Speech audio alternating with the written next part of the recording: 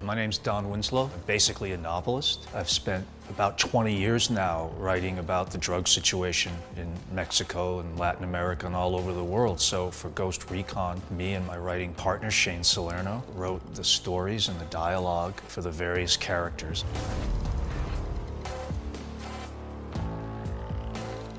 When it comes to Don and Shane, we wanted them to do what they really know the best, is help us regarding the why.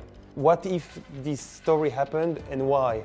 Their knowledge of the field, their knowledge of the cartel helped us bring this authenticity. You know, I never really wanted to write about this subject. You know, we're sitting here pretty close to the border. My family and I used to go down into Mexico for weekends, and in a little town where we used to go quite a bit, there were 19 people massacred. At that point, I knew nothing about the Mexican drug trade, the South American drug trade. I was just asking myself why and how could this happen? And that launched me a 20-year sort of odyssey trying to find the answers to those questions.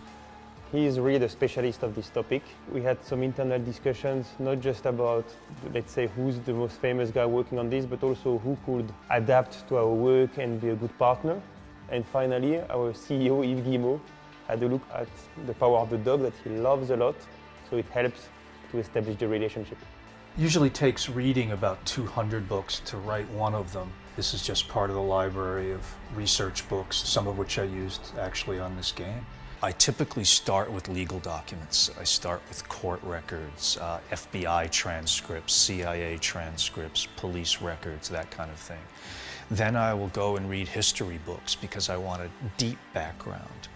When I feel that I know enough that I can go out and ask people intelligent questions, that's when I'll go out and I talk with, boy, you name it, cops, drug traffickers, convicts, gangbangers, cartel people, whoever is willing to talk to me. The workflow was great. They've done books, they've done movies, TV series.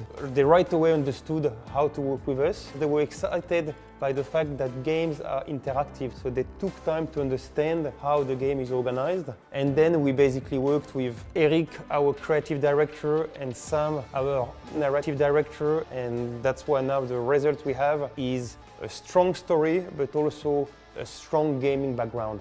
A novel is basically static. The reader will pick it up and read it and put it down when he or she wants to. Film, you're always aware that it's more kinetic.